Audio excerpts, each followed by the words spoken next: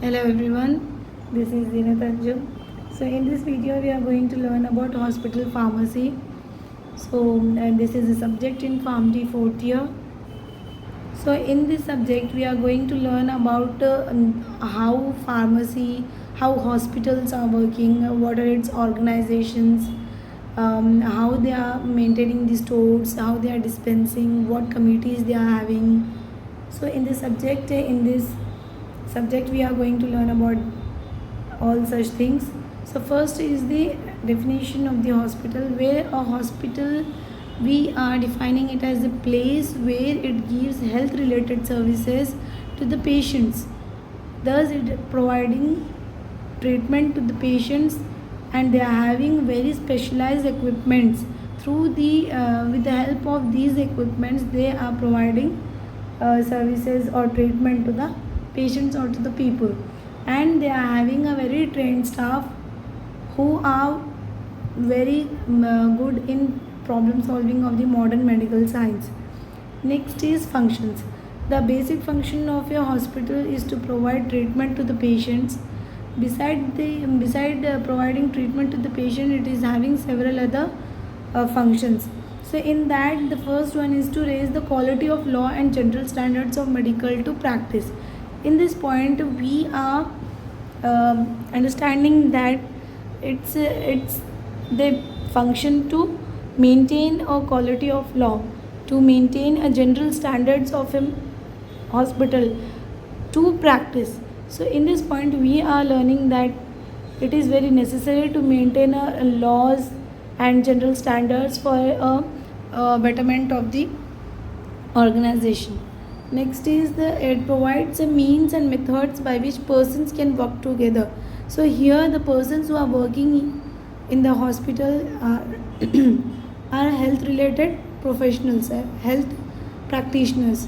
So the doctors, the nurses, the pharmacists, all these comes under the persons who are working in the hospital. So these persons they'll work together with the aim of achieving a better care for the patients. So it provide a means and methods by which these persons work together in groups. Next, it also lowers the incidence of diseases through the early detection. With the help of early detection, it is very easy to lower the incidences of the diseases, and thus it providing treatment to them. Next is it helps in the estimation of the needs for facilities, supplies and equipments. So by utilizing these facilities, it is helpful for evaluation, control and maintenance. Next is it also acts as a link between the general public and policy makers, because this hospital will work as a common link between the public and policy makers, because policy makers and general public they'll meet only because of the hospital, because nobody is going to give suggestions or treatment directly to the patients, not they are going to their homes and personally calling them. It's nothing like that. They'll So here the hospital will act as a link between the policymakers and the general public. Next is it involved in the estimation of the requirements for the departments, and it also recommend various policies and procedures. For what purpose they are recommending policies and procedures? To maintain the educated and competent staff.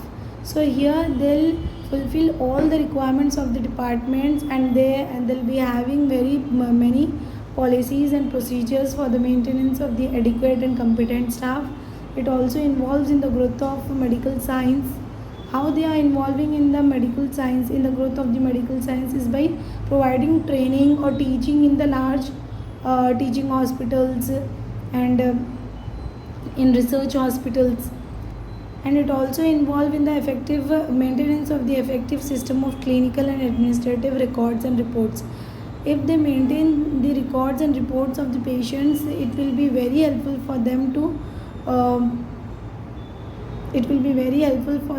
for further studies, for further treatment purpose. For many reasons are there if they maintain records and reports. It also participates in the financial planning for the operation of the hospital. Thus, so here they are involving in the financial planning also. They are providing continuing education for all the patients, and they are participating and putting into practice the safety programs. If they practice and they put in into the practice, it will be very helpful for the hospital, because each and every member who are working, who are admitted in the hospital, if they practice or if they participate in the safety programs, they will be learning many things about how to deal with certain situations will be there. So how to deal with that situations, it will be helpful. Next is they'll involve in the initiation, utilization, participation in research projects. This is the means how they are involving in the research also. Next is classification. So classification, it is of 10 types. The first one is based on the type of care. So in this, based on type of care, it is further divided into 3 types: primary, secondary and tertiary. So in primary care hospitals, they will be having day-to-day health care, which will be given by the healthcare provider. Example for this is the walk-in clinics. In walk-in clinics, they provide day-to-day health care, and these walk-in clinics will be acting as a first contact and principal point for providing care for patients within a healthcare system. And these clinics will coordinate with other specialist cares also if the patient needs, and it mostly it provides the basic health care.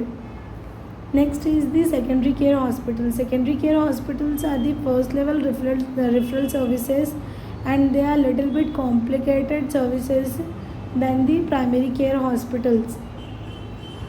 And the secondary care hospitals will involve the hospitalization, and they'll be having 50 to 200 bedded hospitals. Example for secondary hospitals are patient wards in general hospitals. Next is tertiary hospitals, and these tertiary hospitals will deal with higher specialized services at regional as well as at central level hospitals. It includes the teaching, super specialized hospitals like cancer, mental hospitals, chest hospitals, etc. So these institutions are referral support for primary and secondary healthcare, and they also involve in the divisional and national level hospitals.